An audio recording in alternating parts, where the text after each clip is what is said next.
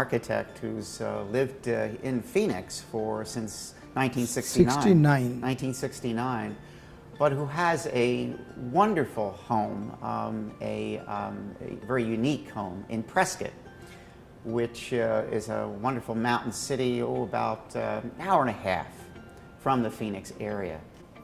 It has got 10 levels, but it is not a 10-storied building. It is 3-storied building according to the code, but it has got 10 floors at different levels. And that's what, about 100? How many feet? 124 feet.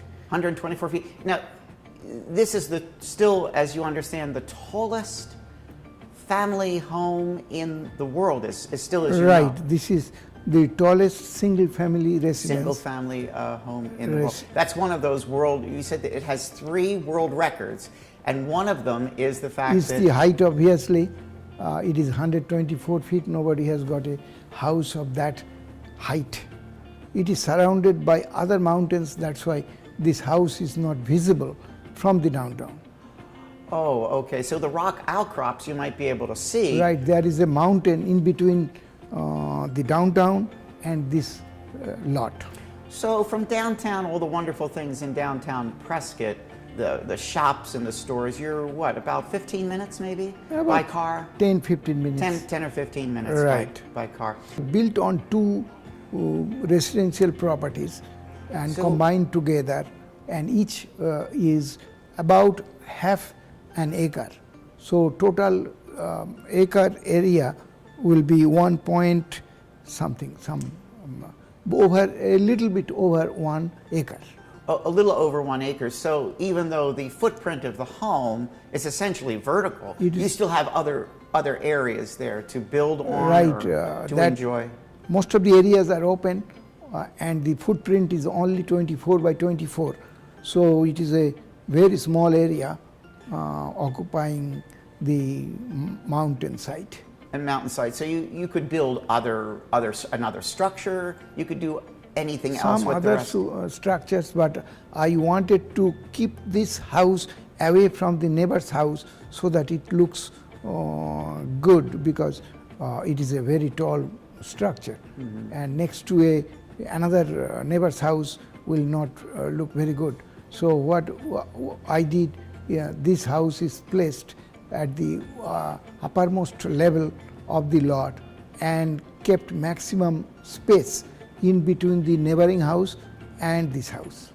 So for the neighbors, it's not really an obstruction of sort. It fits in very with the good. area. They thought, and the views must be extraordinary. Of course, Prescott is already a mile high, and then you're going to go another 124 feet. So when you're moving up this structure, the different levels, you must be getting wonderful views of not only the Bradshaw Mountains around Prescott, but you can see the San Francisco peaks up in Flagstaff as well.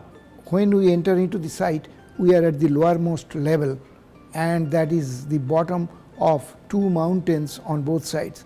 But when you go up and place yourself 100 feet above the ground, then you increase the horizontal angle of the picture frame.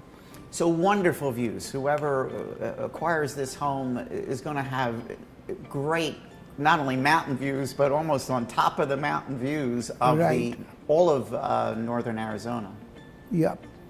Tell me, one of the wonderful aspects of this home, which you built in 2000, correct? Yeah.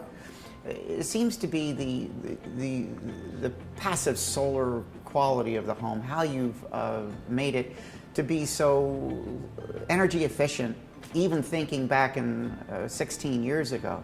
Can you tell us a little bit about how that works, both in the winter, and the winters in Prescott can get a little cool. They can get down to the teens, a little bit of snow up there, and also in the milder summers that you get at that 5,000 foot level.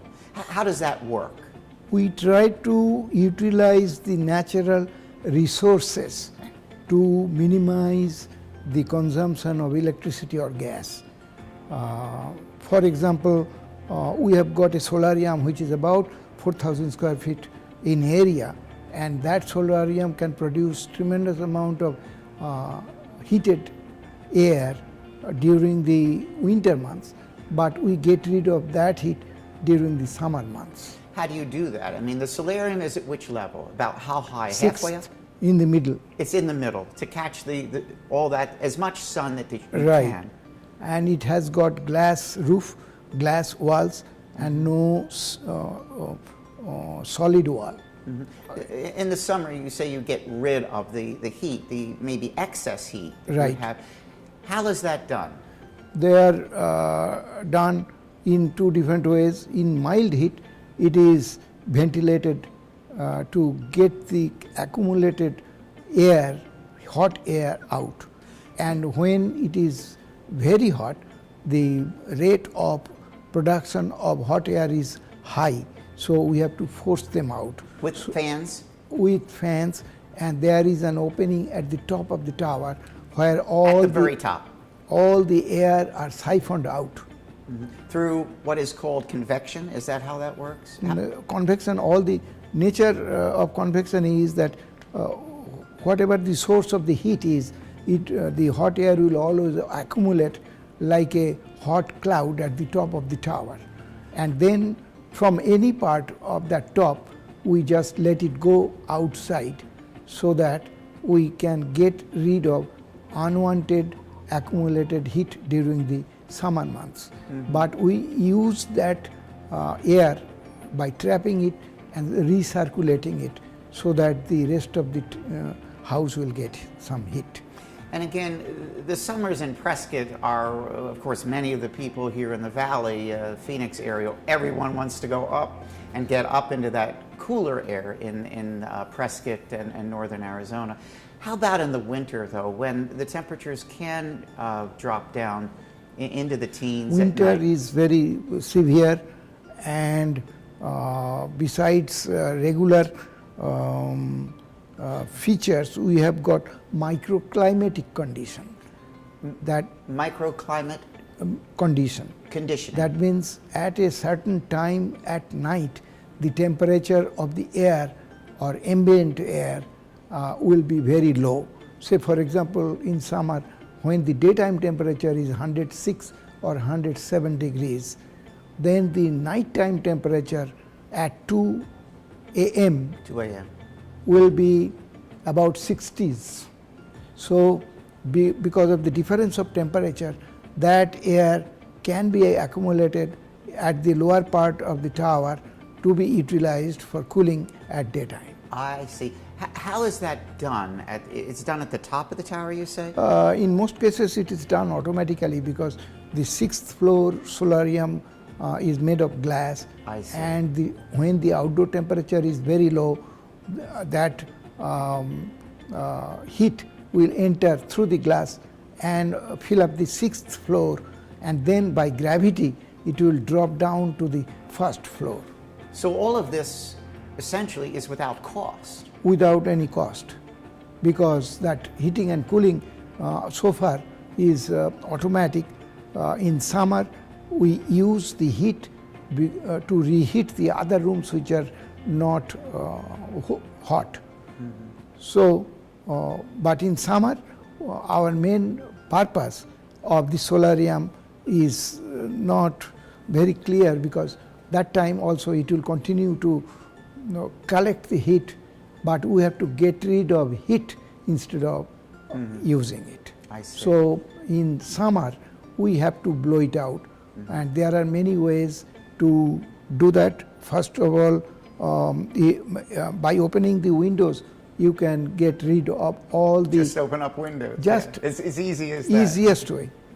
Just there are 4 such windows by code, and that small crack in the window will blow away all the heated At the air solarium at level. the solarium. Okay. So air is coming and it produces a kind of current inside the house. When the air is speed, say 10 miles or more, there will be a negative pressure inside and positive pressure outside. So that will blow away the heated air. Because of the canyon you're in there, you're getting a nice cross ventilation. Ventilation. So you open It is very, on both sides. You're right. going to push that right on through. Right. And So low maintenance is another wonderful asset of this home. Prescott is a windy city, just like Yes. Chicago. Right. It is very windy. Yes. And it took 4 years to build the house. Four because, years? Not because of the heat, not because of the cold, but because of the wind. Yes. The wind is so big that crane cannot be erected against it. Oh, so you had some days where they were just blowing too much? Blowing that too you had- much. It had to be They closed will down. lay You had to flat close down on the ground. the job site. Right. Now, this building is very unique, and of course in 2000 we were already, as a culture, beginning to think environmental. We had begun to think that way. But where did you get these ideas in terms of, did they go back to your schooling? I think you were born in Calcutta. Calcutta. Do these ideas come from your schooling, or Yeah, how did you come up with the idea for this Yeah, wonderful? most probably it is from the basics. Even the house I was born in did not have any heating cooling system In Calcutta. in Calcutta, and even today all the university buildings, they are without any air conditioning. Oh, so in Calcutta, because very hot weather, right? It is very hot. It's not. Very, It's not North India. It's it is very humid humid. during the monsoon season, That's right. and the only way we can protect ourselves is just by using very thick walls to prevent. Thick walls, like we did here with Adobe Right. originally in Here they Arizona. do the same thing. Some of the older buildings have got 3 feet or 4 feet thick brick walls to protect the interior from outside, and also reversing the usage of the room. People have got many things done outside. Say they often use outdoor for sleeping purposes. Which Cooking, we used to do here in Phoenix too. Cooking purposes. 100 years ago. Right. We had the sleeping porches Yeah. in the summer, and people would go out in the summer and And- wrap themselves up in wet blankets or whatever as an evaporative cooling. So Calcutta, even though it's not a desert, has many of the similar challenges. Yeah. As we have and certainly in Phoenix. it changes all the time. The Yes. nights are colder, daytime is very hot, Right. and when the interior is very hot during the evening, they come out and enjoy the outdoor life. And cooking, sleeping, eating, everything is done outdoor, or even studies. So, growing up in Calcutta until the mid 60s, and I see you had your education as well in India. In India, Much of that just stays with you as you're thinking about constructing the building. right. Why the height? Why go high? The height has got different meaning for different people, but here the height is important for me for one reason. I don't want to cover areas on the ground as much as possible, because that open ground around the building will separate this tall tower from the neighboring house. I see. So if you take the picture of the house from any angle, you won't see any house. It seems a solitary house in the middle of the desert, but it is not like that. But there is an open space between this house and the neighboring house, and that is one of the reasons I put on small areas on the building and make it taller, so that we get more uncovered areas around it. That so is site sensitivity, as well as energy efficiency, Height were both significant in height. driving it upward. height is another thing. As you go up, automatically, if you put all the areas in the central small areas, it will look like a tower, and ultimately it did. It became a tower, and the tower has got another meaning, that is this aesthetics. We capture more horizontal view as Of the you views. go up. Yeah, because So that is the second reason. And third, and most importantly, is the tax purposes. which one? I'm sorry. Tax. The tax is proportional Oh, to sure. the ground covered by the building. If this building is flat like tortilla, Yes. it will have a tremendous tax burden. What is the square footage of the tower? 5,000 plus, How much? 5,000 square feet. But you're not paying Paying- based on that. Not bad. I am Okay. paying about 1,000 because that footprint is Is less. less. Wonderful. So- Now, please. So the ground coverage is very small. So the consequently the taxes is proportionately lower. So all along while you were building this, you were thinking about budget and efficiency, not only in terms of energy, but in terms of what will this cost you as the owner Right. to maintain it and to keep it.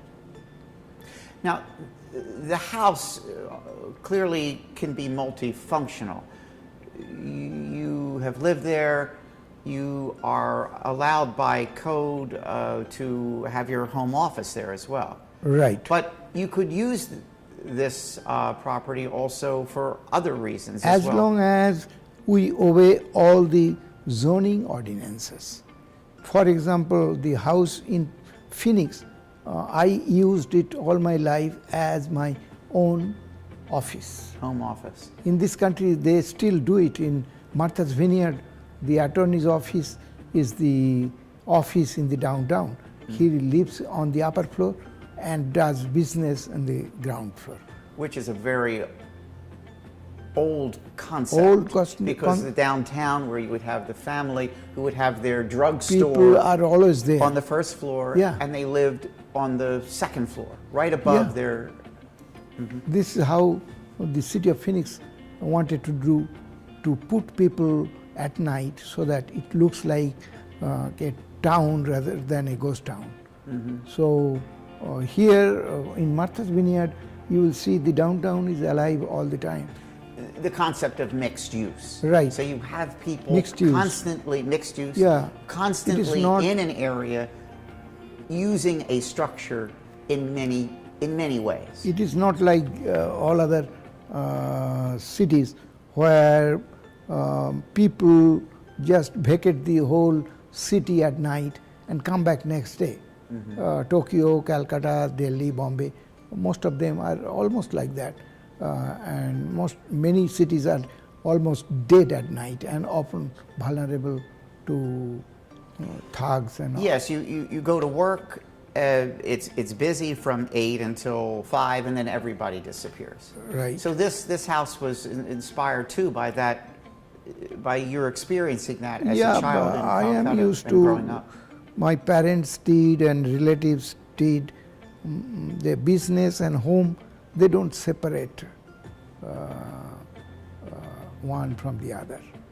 And that again, that whole concept is what so many of the cities, the urban planners, the futurists, that's what we want for our cities. We cut down on, transportation problems. This It's particular, all Oriental values.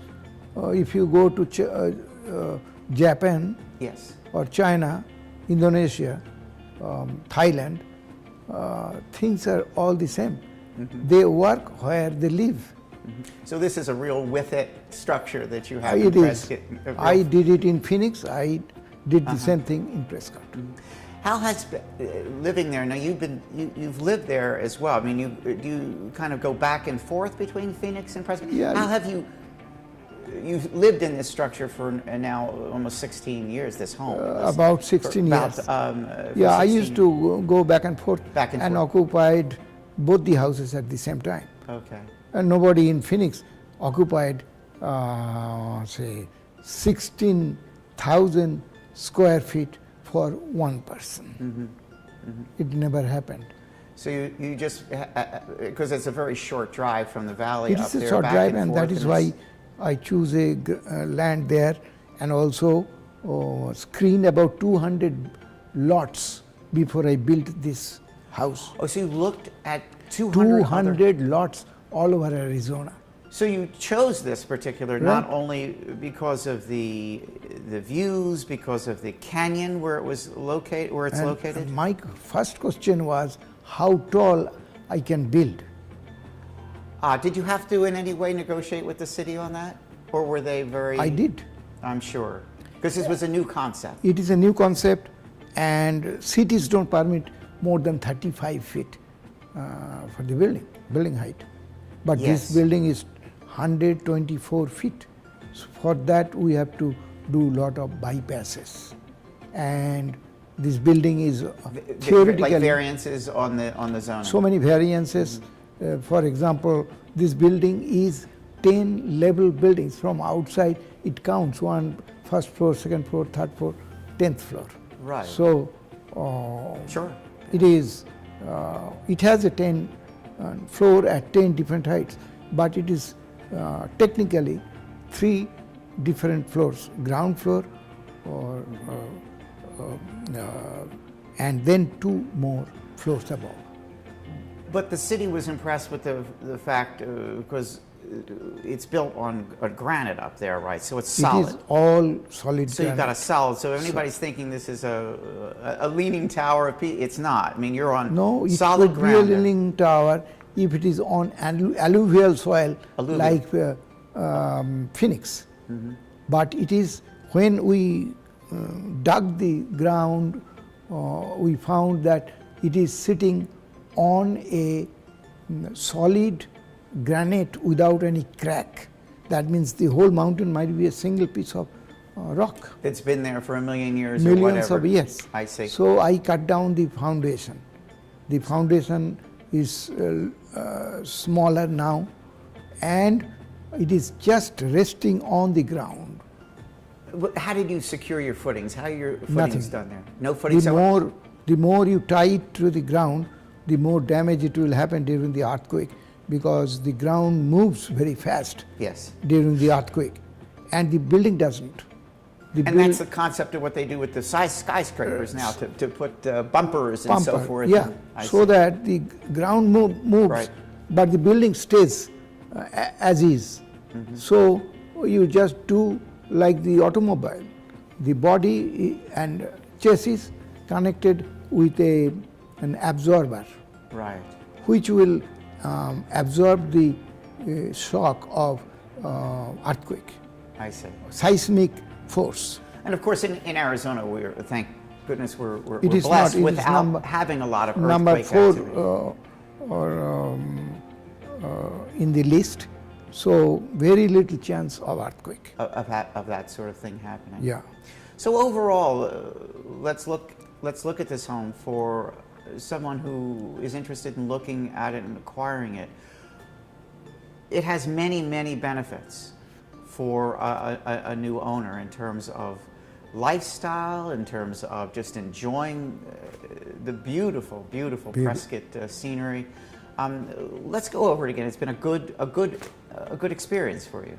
It is a good experience. People are very much inquisitive about that. Since the very beginning, people started coming in and out. Oh, you mean people coming to look at it? Yes. It was published every day on the newspaper. They are shown every day on the television how it is going on, how much it is done, how it will look like, and it excited the imagination of the people. They wanted to see the building when it is done. So they used to travel. The busloads of school kids came, elementary schools, secondary. They come in and look, but again, anyone living there is not going to be inundated with a lot of people coming in and on a constant basis. You're going to still have your privacy out there. You still have your life out it there, but is. you're in a unique world structure. It was published from the very beginning, before the construction started. When it entered into the building department for building permit, people knew about it. All the building inspectors were coming over and saying, "Oh my goodness, look at this!" Yeah. They hadn't seen anything like Yeah. it. Wonderful. How can people build a 125 4 feet tall structure in an area where they allow only 35 feet? How are you going to do this? How can you do How that? can you do this? So it was a challenge from the get-go, but it's always been a wonderful place for you to live.